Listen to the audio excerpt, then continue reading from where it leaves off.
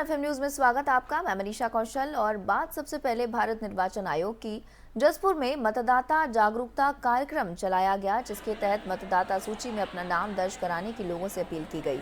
इस कार्यक्रम में ईवीएम की भ्रांतियों को दूर करने और निष्पक्षतापूर्ण चुनाव कराए जाने की जानकारी दी गई।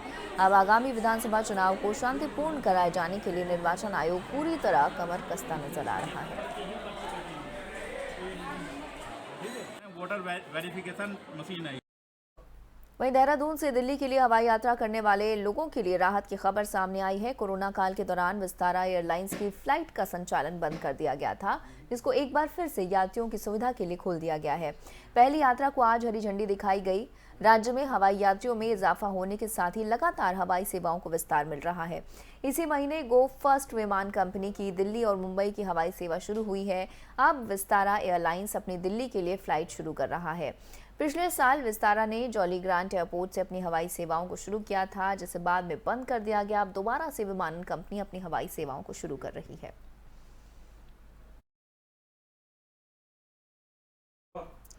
वहीं विधानसभा चुनाव को लेकर प्रदेश में आम आदमी पार्टी सक्रिय हो गई है। आम आदमी पार्टी की तरफ से मुख्यमंत्री पद के उम्मीदवार कर्नल अजय कोठियाल ने बड़ी घोषणा की है।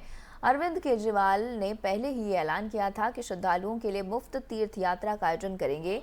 प्रदेश में कर्नल कोठियाल ने ऐलान किया है कि आम आदमी पार्टी प्रदेश भर में मुफ्त तीर्थ यात्रा टिकट अभियान की शुरुआत करने जा रही है।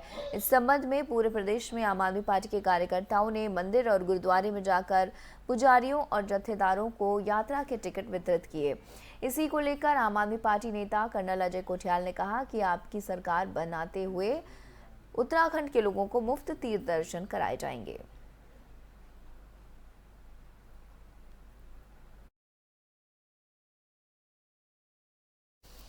सीएम पुष्कर सिंह धामी ने भी विधानसभा चुनाव से पहले बड़ा ऐलान किया है। अल्मोड़ा जिले के सल्ट विधानसभा क्षेत्र में पहुंचे सीएम पुष्कर सिंह धामी ने यहां कई विकास कार्यों को हरी झंडी दिखाई, साथ ही लोकार्पण भी किया। सीएम धामी ने यहां के देघाट आर्य कन्या इंटर कॉलेज में करीब 63 करोड़ के विकास कार्यों का लोकार्पण और शिलान्यास किया। उधर सल्ट से बीजेपी विधायक महेश जीना के विकास कार्यों की जमकर तारीफ भी की। अजय टमटा भी यहां मौजूद रहे। सीएम ने यहां एक विशाल जनसभा को भी संबोधित किया। उन्होंने कहा कि चौरासी को जोड़ने वाले जिस पुल का निर्माण किया गया वो लोगों के आवागमन के लिए कारगर साबित होगा। उन्होंने कहा कि जो महिलाएं अपने घरों में काम छोड़कर आई हैं, मैं उनका आभारी हूं।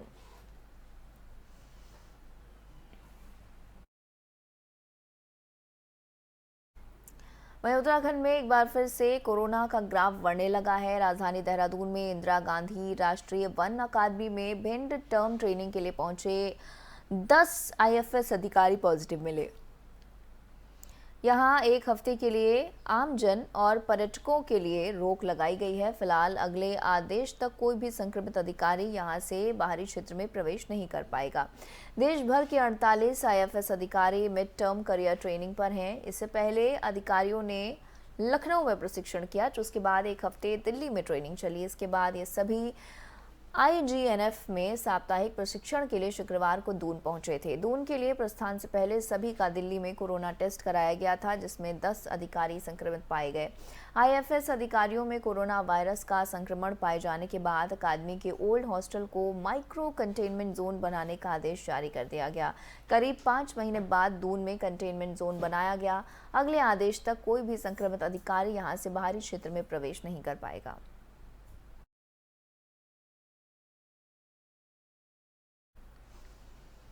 और अब खबर उत्तराखंड के चमोली से, जहां राजकीय नर्सिंग कॉलेज गोपेश्वर चमोली की 5वें शपथ ग्रहण समारोह का आयोजन किया गया। इस कार्यक्रम में 43 छात्र छात्राओं ने भाग लिया। कार्यक्रम का शुभारंभ जिला पंचायत अध्यक्ष रजनी भंडारी और पूर्व कैबिनेट मंत्री राजेंद्र भंडारी ने किया। इस दौरान कॉलेज के छात्र छात्राओं ने सांस्कृतिक कार्यक्रम भी पेश किए। कॉलेज के प्रधानाचार्य ने बताया कि शपथ ग्रहण समारोह का आयोजन प्रथम वर्ष के छात्र छात्राओं के प्रवेश के 1 साल के अंतर्गत होता है। इस दौरान छात्र छात्राओं के नर्सिंग के क्षेत्र में शिक्षा के साथ सेवा भाव की शपथ भी ली जाती है। इस कार्यक्रम में जिला पंचायत रजनी भंडारी और पूर्व कैबिनेट मंत्री राजेंद्र भंडारी मौजूद रहे।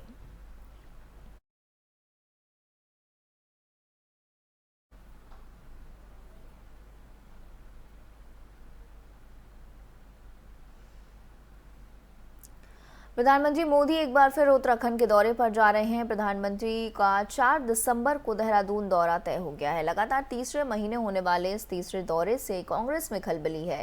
पार्टी को अंदेशा है कि चुनावी बेला में मोदी आम जन को लुभाने के लिए राज्य के लिए बड़ी घोषणाओं का दांव चल सकते हैं। इसकी काट के लिए पार्टी वैकल्पिक रणनीति बनाने में जुटी हुई है। 2022 के विधानसभा चुनाव में अब ज्यादा समय वक्त नहीं रह गया है। 2017 के चुनाव में पराजय झेल चुकी कांग्रेस अब करो या मरो की तर्ज पर अगले चुनाव को ले रही है। चुनाव प्रचार की आक्रामक रणनीति का आगाज किया जा चुका है। केंद्रीय नेतृत्व के निर्देश पर विधानसभा क्षेत्रवार पर्यवेक्षकों की टोलियां वहां पर पहुंच रही हैं और पार्टी के पक्ष में माहौल बनाने की कोशिश कर रही हैं। प्रधानमंत्री के दौरे से फिर कांग्रेस की मुश्किलें बढ़ने वाली हैं। केंद्र सरकार के राज्य में आधारभूत संरचना और कनेक्टिविटी से जुड़े कई महत्वाकांक्षी प्रोजेक्ट चल रहे हैं। मोदी केंद्र सरकार के काम को डबल इंजन के दम पर प्रस्तुत कर रहे हैं। दीपावली से एक दिन बाद केदारनाथ दौरे में उन्होंने पहाड़ का पानी और जवानी उसके काम आने की अवधारणा को आगे बढ़ने के संकेत देकर कांग्रेस की खेमे की चिंता बढ़ा दी थी।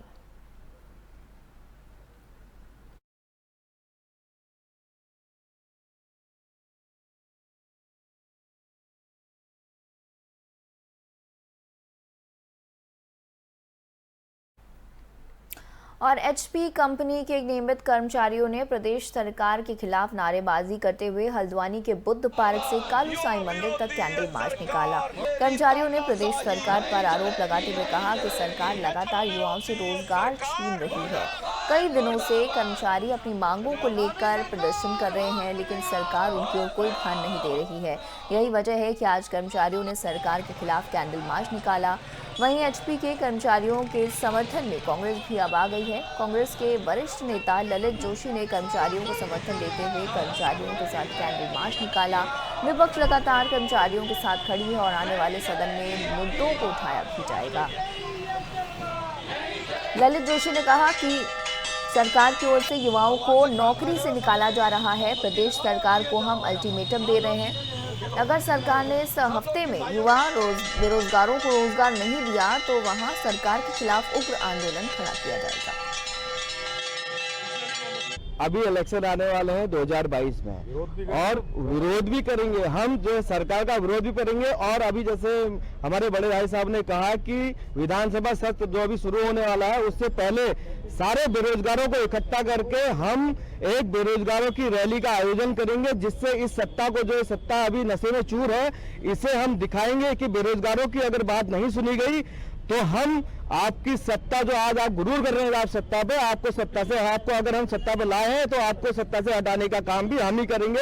एचपी सहित पूरे उत्तराखंड के अंदर इस समय अगर कोई लहर है तो वो बेरोजगारी की लहर है और भारतीय जनता पार्टी के सो कॉल्ड युवा नेतृत्व के अंडर ये सब बेरोजगारी की लहर आ रही है।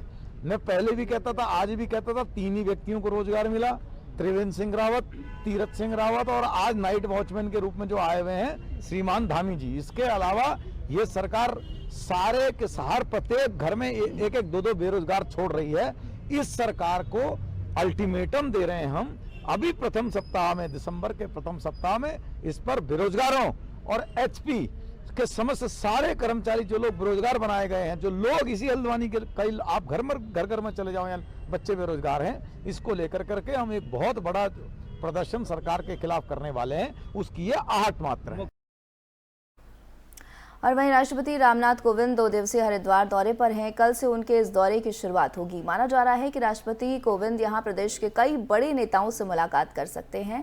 साथ ही सीएम धामी से भी राष्ट्रपति कोविंद की मुलाकात संभव है। अब इसी को लेकर पुलिस प्रशासन और खुफिया विभाग अलर्ट पर हैं। DM Vinay Shankar Pandey, SSP doctor Yogendra Singh Rawat समेत कई अधिकारियों ने पतंजलि विश्वविद्यालय पहुंचकर सुरक्षा व्यवस्थाओं का जायजा लिया। वायुसेना के हेलीकॉप्टर ने भी पतंजलि योगपीठ स्थित हेलीपैड पर 2 बार लैंडिंग कर व्यवस्थाएं परखी। राष्ट्रपति कोविंद के दौरे को लेकर डीएम ने अधिकारियों को जरूरी दिशा निर्देश भी दिए हैं।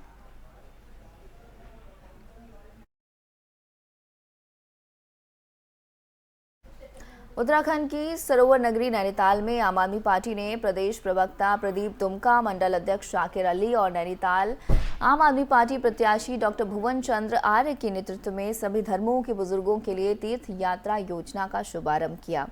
इस मौके पर आम आदमी पार्टी के वक्ताओं का कहना है कि आम आदमी पार्टी की सरकार बनने के बाद सभी धर्मों के लोगों को निःशुल्क यात्रा कराई जाएगी।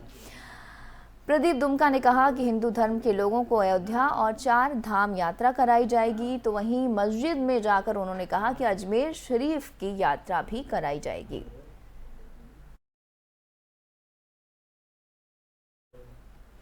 और अब खबर हल्द्वानी की, जहां के रामलीला मैदान में शहीद सम्मान यात्रा को लेकर सैनिक कल्याण मंत्री और कैबिनेट मंत्री बंशीधर भगत ने सैन्य धाम में आज शहीद सैनिक परिवारों के वीर नारियों और उनके पारिवारिक सदस्यों को ताम्रपत्र से सम्मानित किया।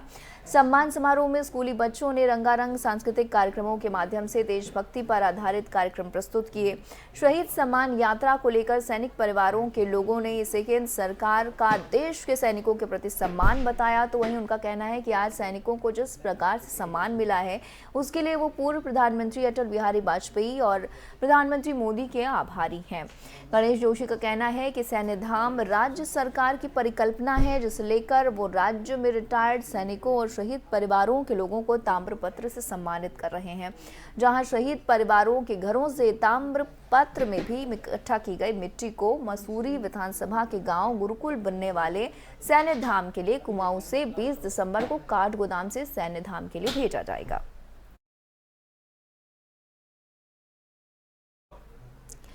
और हल्द्वानी में आयोजित शहीद सम्मान यात्रा को लेकर जहां शहीद सैनिकों के परिजनों को सैनिक कल्याण मंत्री गणेश जोशी ने ताम्रपत्र देकर सम्मानित किया, तो वहीं कांग्रेस में बीजेपी द्वारा आयोजित सैनिक सम्मान समारोह पर निशाना साधा।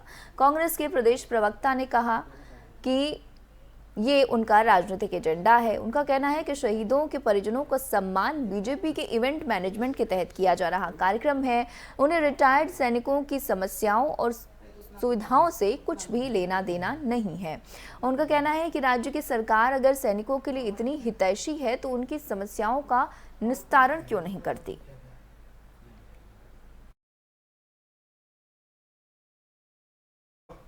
इस बुलेटिन में फिलहाल इतना ही। आप बने रहिए FM न्यूज़ के साथ।